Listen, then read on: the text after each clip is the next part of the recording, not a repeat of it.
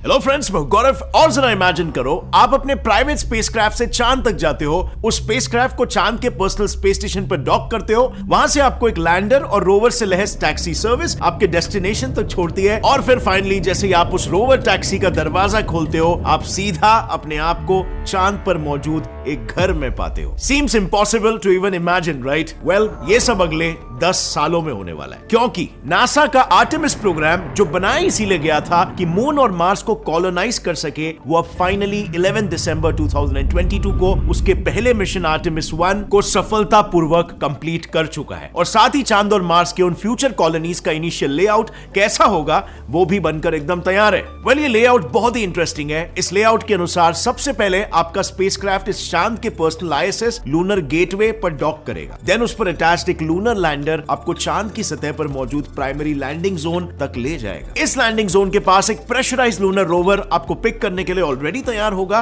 वो आपको करीब 500 से 600 मीटर दूर मौजूद एक लूनर कॉलोनी तक लेकर जाएगा, और वहां पहुंचते ही एक प्रेशराइज्ड टनल सीधा रोवर से कनेक्ट होगा। और फिर जैसे ही आप उस टनल से बाहर आओगे, आप सीधा अपने आप को उस कॉलोनी के हैबिटेट मॉड्यूल के अंदर पाओगे, जहां से आगे सब कुछ एक इंटरेस्टिंग मेज की तरह अरेंज्ड होगा। अब इसके अंदर ना सबसे पहले तो आपको एक सूट मेंटेनेंस एरिया दिखाई देगा, जहां अपना स्पेस सूट रखकर फिर अंदर आप जा सकते हो। देन वो एरिया सीधा एक मेन लिविंग एरिया में निकलेगा, जहां पर इंपॉर्टेंट लाइफ सपोर्ट और मॉनिटरिंग सिस्टम्स आपकी हर एक जरूरत का ख्याल रखेंगे। अब इसके अलावा रही बात लगेज और खाने पीने की, तो उसके लिए इसी लिविंग एरिया में एक और एक दरवाजा होगा जो सीधा कॉलोनी के लगेज मॉड्यूल में खुलेगा, और वहीं से फिर आगे जाने पर एक फूड प्रोडक्शन एरिया मिलेगा, जहां फल और सब्जियों को आर्टिफिशियली उगाया जाएगा। What's more?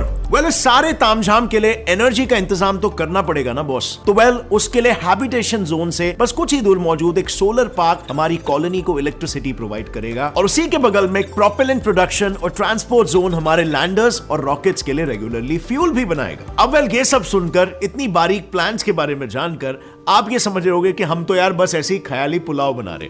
But let me tell you, ये कोई मेरा आइडिया नहीं है, ये मेरा कोई प्लान नहीं है। इसे खुद नासा ने डिजाइन किया है अपने दोनों मार्स और मून कॉलोनीज के लिए। इनफैक्ट इसी कॉन्सेप्ट को सच बनाने की ओर पहला कदम था आर्टेमिस 1 मिशन, जो अब सक्सेसफुली अकम्प्लिश कर लिया गया है। और इसके बाद ना फ्रेंड्स, बारी आएगी राउंड 2 की, यानी अगला मिशन जो होगा आर्टेमिस 2।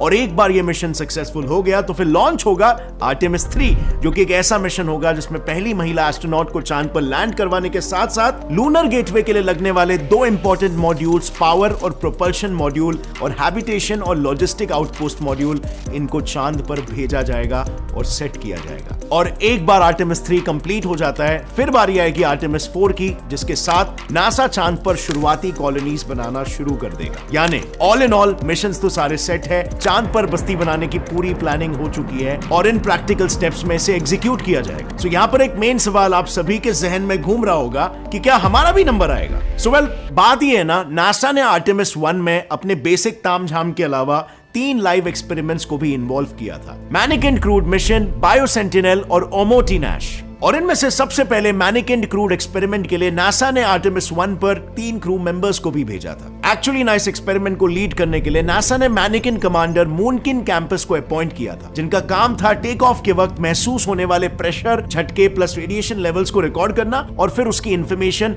मिशन के बाद नासा तक पहुंचाना। अब इस काम के लिए कैंपस पर एक ऐसा रेडिएशन सेंसर लगाया गया था जिसमें 2 इलेक्ट्रोड्स अटैच थे। ऐसे सेंसर से होता यह है कि जैसे ही high energy radiations like UV और एक्सरेज सेंसर पर स्ट्राइक करती है, उनकी हाई एनर्जी की वजह से सेंसर्स में मौजूद आर्गन गैस आयोनाइज होने लगती है, और उससे निकले आयोनाइज इलेक्ट्रॉन्स बाहर निकलकर उन सेंसर में मौजूद इलेक्ट्रोड्स के बीच में करंट के रूप में फ्लो होने लगते हैं। और फ्लो होता यही करंट फिर आगे बताता है कि स्पेस शटल में रेडिएशन का लेवल क्या था, क्योंकि इन्हीं डिटेक्टेड रेडिएशन लेवल से साइंटिस्टों को स्पेसक्राफ्ट और स्पेस सूट्स के आगे की डेवलपमेंट कैसे करनी है और उसके लिए क्या क्या रिसोर्सेज और स्किल सेट लगेंगे, ये सब डिसाइड करने में मदद मिलती है। के अनुसार कैप्टन कैंपोस के साथ साथ उनके सीट पर भी एक्सेलेरोमीटर और प्रेशर सेंसर्स लगाए गए थे, जिनका काम था टेक ऑफ के वक्त पैदा होने वाले वाले झटकों को नापना। बेसिकली इन दोनों सेंसर्स में एक प्रेशर को इलेक्ट्रिसिटी में तब्दील करने वाला पीजो इलेक्ट्रिक मटेरियल मौजूद था, जो टेक ऑफ से बढ़ने वाले एक्सेलरेशन और फिर उससे पैदा होने वाला प्रेशर, इन दोनों की इंटेंसिटी बताता है। अब इन दोनों सेंसर्स का मैकेनिज्म इतना सिंपल है कि आप लिटरली इसे बस 2 मिनट में समझ सकते हो, क्योंकि इस एक्सेलरोमीटर में बेसिकली एक बॉल अटैच किया गया था जो रॉकेट के ऊपर जाने पर नीचे मौजूद पीजो इलेक्ट्रिक मटेरियल को एक स्पेसिफिक फोर्स के साथ प्रेस कर रहा था। इससे होता यह है कि जस्ट लाइक अ किचन लाइटर, जैसे ही वो प्रेशर पीजो इलेक्ट्रिक मटेरियल पर पड़ेगा, उसमें मौजूद चार्जेस सेपरेट होकर करंट पैदा करने लगेंगे। यानी इन शॉर्ट इन सेंसर्स में भी एक फ्लो ऑफ करंट की मदद से साइंटिस्ट ये कैलकुलेट कर रहे थे कि फ्यूचर आर्टेमिस मिशंस में टेक ऑफ के वक्त इंसानों के शरीर पर कितना फोर्स पड़ सकता है। खैर, अब बात करते हैं 2 फीमेल मैनिकिन्स हेल्गा और जोहर की, जो नासा के स्पेशली डिजाइंड रेडिएशन प्रोटेक्शन कवच एस्टोरैड की काबिलियत टेस्ट करने के लिए मिशन में ऐड किए गए थे। इनसे नासा को बस इतना जानना था कि क्या उनका कवच असली इंसानों को भी बचा पाएगा या सारी मेहनत पानी में चली जाएगी। अब इसके रिजल्ट्स तो अब तक नासा ने रिवील नहीं किया, पर नासा नोस कि जब असली इंसान इन्वॉल्व हो तो सिर्फ न्यूमेरिकल वैल्यूज पर डिपेंडेंट नहीं रख सकते, क्योंकि कई बार एस्टिमेटेड और रियल कंडीशंस में जमीन आसमान का फर्क होता है और एक गलत फैसला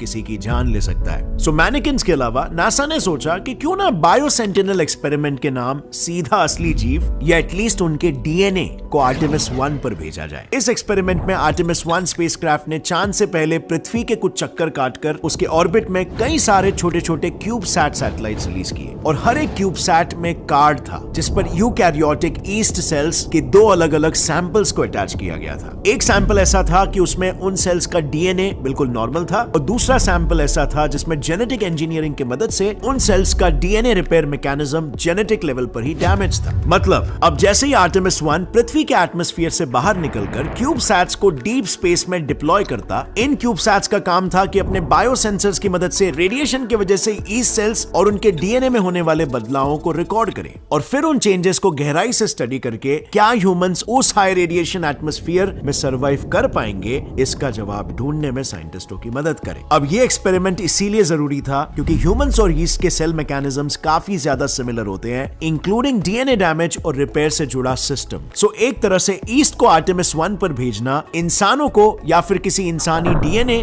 को उस पर भेजने जैसा था। पर एक सेकेंड, जाना तो हमें चांद पर है, राइट? तो चांद के एटमॉस्फेयर का क्या? उसी के लिए था इस मिशन का फाइनल एक्सपेरिमेंट ओमोटिनैश। ये बेसिकली बस एक छोटा सा स्पेसक्राफ्ट प्लस लैंडर मॉड्यूल था जिसे बस मून की सतह पर लैंड करना था ताकि चांद के एनवायरनमेंट में मौजूद रेडिएशंस को स्टडी किया जा सके, और इससे बेसिकली चांद पर कॉलोनी बसाने से पहले हमें पृथ्वी के आउटर एटमॉस्फेयर के साथ साथ लूनर सरफेस के भी खतरों का प्रॉपर अंदाजा हो। सो इन शॉर्ट, इन तीनों एक्सपेरिमेंट्स का मेन मकसद बस इतना था कि आर्टेमिस 1 मिशन स्पेस और चांद के वातावरण की इतनी पुख्ता जानकारी लेकर लौटे कि असली इंसानों को भेजते वक्त नासा पूरी तरीके से श्योर हो कि वो वापस सेफली घर ही लौटेंगे भैया। इनफैक्ट आप मानोगे नहीं, लेकिन नासा साइंटिस्ट तो आर्टेमिस 1 मिशन जैसे अनक्रूड स्पेसक्राफ्ट की सेफ्टी के लिए भी इतने डेडिकेटेड थे कि लॉन्च से जस्ट पहले उसके फ्यूल लीक को रिपेयर करने के लिए उस फ्यूल से भरे रॉकेट के पास चले गए थे। दरअसल इस मिशन को लॉन्च करने के लिए नासा ने अब तक का अपना सबसे powerful rocket space launch system SLS इस्तेमाल किया था, जो करीब 3 टन के टोटल 9 भारी भरकम हमर्स को तक चांद तक लेके जाने की काबिलियत रखता है। आप मानोगे नहीं, अगर ISS बनाते वक्त इतना पावरफुल रॉकेट हमारे पास होता ना, तो एक अखे फुटबॉल फील्ड जितने बड़े ISS के सारे पुर्जे, जिन्हें ओरिजिनली 10 साल और 30 से भी ज्यादा स्पेस मिशंस लगे, वो महज 15 से 16 ट्रिप्स में स्पेस में पहुंचा दिया होता, वो भी माइंड यू कम फ्यूल में, क्योंकि नासा ने आर्टेमिस 1 लॉन्च के लिए इसरो की मंगलयान वाली स्ट्रेटेजी अपनाई थी। उन्होंने आर्टेमिस 1 के ओरियन स्पेसक्राफ्ट को डायरेक्टली चांद की ओर शूट करने के बजाय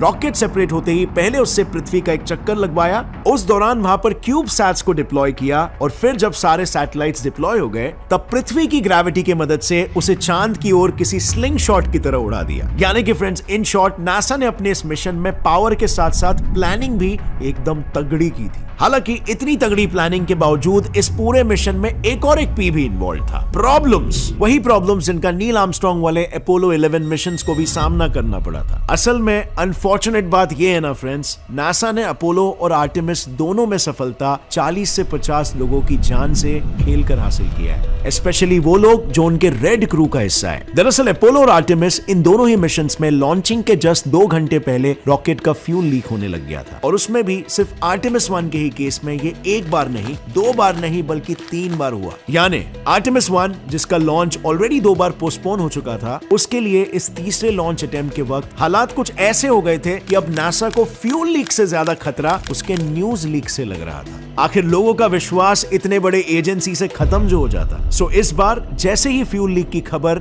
नासा एडमिनिस्ट्रेटर को मिली, उन्होंने बिना कुछ सोचे समझे अपने 50 लोगों की रिपेयर क्रू को फ्यूल से भरे रॉकेट के बिल्कुल पास भेज दिया। अब ये तो हम सब जानते हैं कि रॉकेट में मौजूद लिक्विड फ्यूल कितने प्रेशर के साथ भरा होता है। वो जैसे ही हवा के कांटेक्ट में आता है ना, माइनिंग में इस्तेमाल होने वाले किसी TNT बॉम्ब से भी 10 गुना ज्यादा ताकत से फटता है। यानी ऐसे वक्त पर अगर कोई इंसान उस रॉकेट के पास खड़ा रहा तो उसका जल के राख होना तो बिल्कुल तय है। ऊपर से जरा इन इमेजेस को भी देख लो। ये आर्टेमिस के SLS रॉकेट के लिए स्पेशली डिजाइंड लॉन्च पैड की तस्वीरें हैं। आप खुद देख सकते हो, अकेले सिर्फ आर्टेमिस 1 के लॉन्च के बाद ही इसके अंजर पंजर ढीले हो चुके हैं। खैर जो भी हो, लकीली रेड क्रू अपोलो के वक्त भी जिंदा बच गया था और वो इस बार भी सही सलामत बच पाया, और ये अपने आप में आई पर्सनली थिंक किसी बड़े अचीवमेंट से कम नहीं है। हालांकि गोइंग फॉरवर्ड नासा को इस बात का ख्याल रखना होगा कि मून को कॉलोनाइज करने से पहले लोगों का पहले पृथ्वी पर जिंदा बचना जरूरी है, क्योंकि फ्रेंड्स चांद को कॉलोनाइज करने के बाद उनके प्लान में मार्स को कॉलोनाइज करना भी है, और उसके लिए नासा ने एक अनोखा न्यूक्लियर फ्यूल से चलने वाला रॉकेट भी बनाया जो हमें मार्स तक सिर्फ 100 दिनों में पहुंचाने की ताकत रखता है।